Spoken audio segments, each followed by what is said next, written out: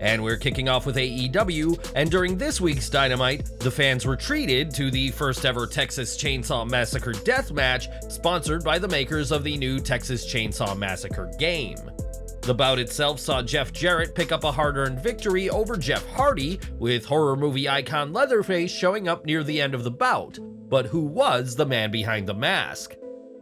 Fans can breathe a sigh of relief to learn that it wasn't actually a serial killer, but Fightful reports that Leatherface was instead played by Dean Alexander, a 2.5-year veteran of AEW. Alexander debuted for AEW during a March 2021 episode of Dark and has competed dozens of times, with his biggest match being a tag match against Too Fast, Too Fuego. Fightful's report added that there had initially been talks of this being a cinematic match before it was decided on a live match for the fans, and that the bout raised over $100,000 in sponsor money. While AEW earned quite the hefty sum, Tony Khan generously donated this amount to food banks to aid the Maui wildfires relief effort in a classy move by the AEW president. Warner Bros. Discovery were the ones to approach AEW about the sponsorship, and it's noted that WBD enjoys having cross-promotion with AEW and hopes to see much more of it. The first ever Texas Chainsaw Massacre deathmatch was unlike anything we've seen before in AEW, and what did you think of this week's bout? Let us know down in the comments. Now, when you go to an independent event, you can expect to see stars in your local area, or at a push, a slightly bigger name that the promotion has been able to rope in.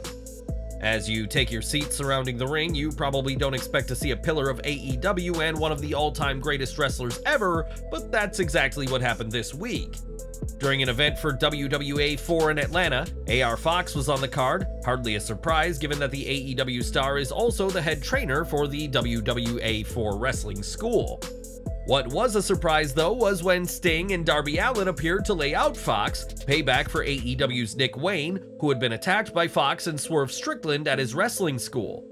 As you can imagine, the fans gave Sting and Allin the loudest reaction of the night, and the two will soon be facing Fox and Strickland in a tag team coffin match inside Wembley Stadium at All In. That will be AEW's biggest ever event, with over 78,000 tickets sold for the show, but this week shows why fans should still support the indies, as you never know who may be showing up. In April of this year, Brittany Abrahams filed a lawsuit against WWE, claiming that she had been wrongfully terminated for taking home a WrestleMania-branded chair. Abrahams had been told it was okay to take the chair, and had seen others do so, and claimed that her termination was actually because she spoke up against offensive storyline ideas. This included a love triangle in which Mansoor would have been revealed as the mastermind behind 9/11, and promos written for Bianca Belair that made the EST uncomfortable, but this lawsuit is over. In an update from Brandon Thurston of WrestleNomics, it is confirmed that Abrahams has voluntarily dismissed her suit against WWE, but there's no word on if a settlement was reached. The lawsuit was ended without prejudice, meaning Abrahams could revisit the litigation in the future, and when their attorney Derek Sells was approached, he declined to comment. WWE has multiple lawsuits against them right now, including the MLW suit, which has left WWE cautious to approach talent signed elsewhere, but now there's one less lawsuit for WWE to worry about. In 2016, a creatively frustrated Cody Rhodes walked away from WWE, taking the gamble that he could make himself a bigger name outside of the #1 wrestling promotion than as a part of it. Rhodes' gamble clearly paid off, as he'd become a top name prior to his return to WWE at WrestleMania 38 last year, but the former AEW TNT champion nearly left years earlier. Speaking with Robbie Fox of the My Mom's Basement podcast, Cody admitted that in 2013, he was pretty sure he'd be leaving WWE and was frustrated with his position at the time. Cody's tag match had been bumped from the WrestleMania card at the last second, and Cody would have likely left WWE in 2013, if not for the response he earned from fans at Money in the Bank. Rhodes explained that it was his performance in the Smackdown ladder match that would convince him to stay, even though the bout was won by his then ally and later nemesis, Damien Sandow. We can only imagine how wrestling would be different if Cody had left in 2013 and not 2016, and if he'd ever returned to WWE. But things have worked out very well for the American Nightmare. More from AEW now, and Jade Cargill has not been seen on screen since Double or Nothing, where she lost the TBS Championship to current champion Chris Statlander. Cargill lost her title and her undefeated streak was broken in the process, and while she hasn't been on screen, Cargill hasn't vanished from AEW entirely. Sean Ross Sapp of Fightful Select reports that Cargill was backstage at the August 9th episode of Dynamite and remains under contract with AEW. The lack of Cargill on TV shouldn't concern fans of hers, as it was added that this isn't a case of creative having nothing, but that she has been taking some planned time off from the company. Cargill isn't the only interesting name to be backstage at AEW events in recent weeks, as Fightful added that former WCW World Heavyweight Champion David Arquette was at this week's show. The report also mentioned that Summer Rae was also backstage and has expressed interest in making appearances, and that CJ Perry, aka Lana, was also backstage visiting her husband Miro.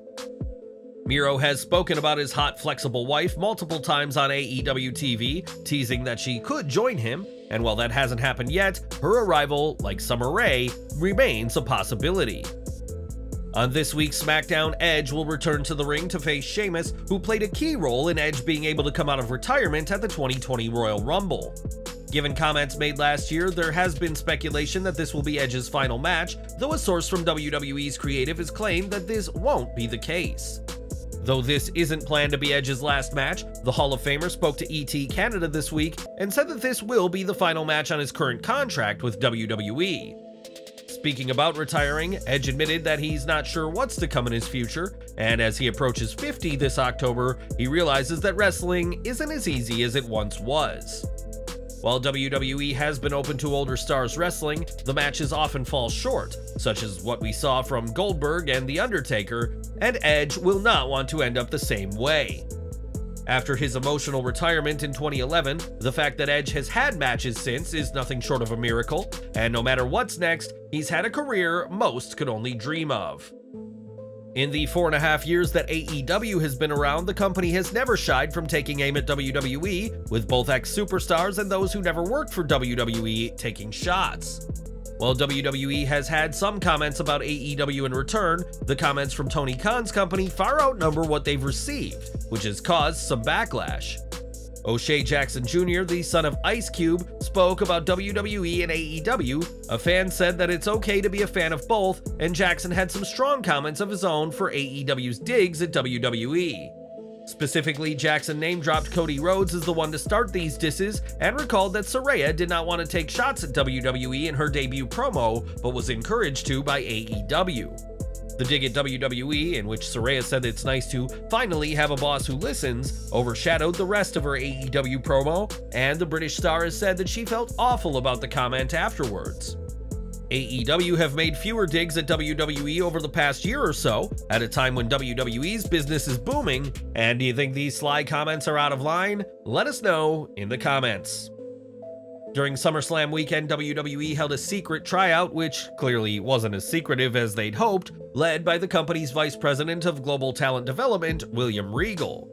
While WWE has yet to announce which participants were offered a contract, the Rockford Register star has confirmed that Josh Black now finds himself under the banner of WWE.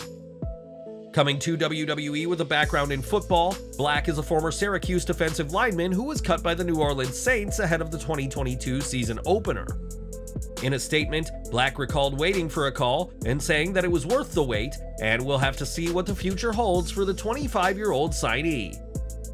And we're ending today with Roman Reigns, who has dominated as champion like nobody else for over 1,000 days, and recently, the Tribal Chief reached yet another milestone.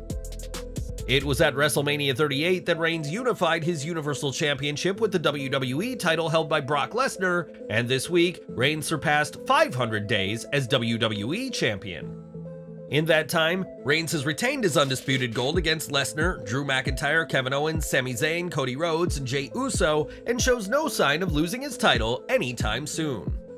Reigns isn't expected to compete at Payback, and it might not be until November's Saudi show when he next steps in the ring. And who do you want to see be the one to end the reign of the Tribal Chief?